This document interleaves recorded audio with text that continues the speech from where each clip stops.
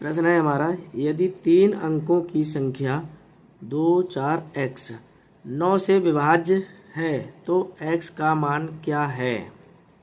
9 से विभाज्यता का नियम होता है, यदि अंकों का योग 9 या 9 से विभाज्य है तो पूरी संख्या 9 से विभाज्य होगी। यहाँ पर अंकों के योग करेंगे तो 2 + 4 + x यानी 2, 4, 6 और 6 में कितना जोड़ें कि वो या तो 9 हो जाए या 9 से विभाज्य हो जाए।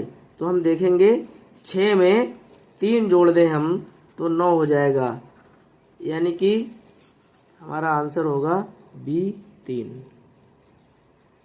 अगला प्रश्न है, 2 परमेय संख्याओं का गुणनफल 15 है। यदि एक संख्या -10 है तो दूसरी संख्या होगी।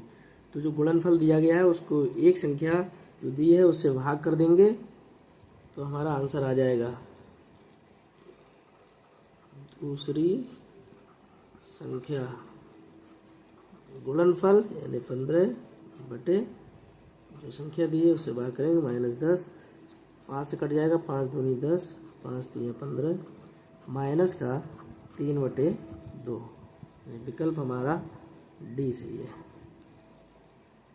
अगला प्रश्न है, किसी परमेय संख्या के समतुल्य परमेय संख्या होगी।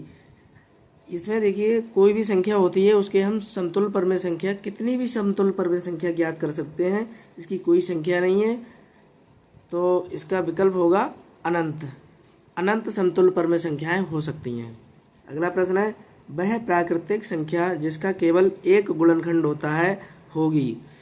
इसमें से ऐसी कौन सी प्राकृतिक संख्या जिसका केवल और केवल एक ही गुणनखंड होता है।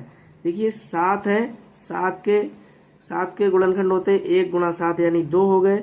11 के भी 1 × 11 2 गुणनखंड होते हैं।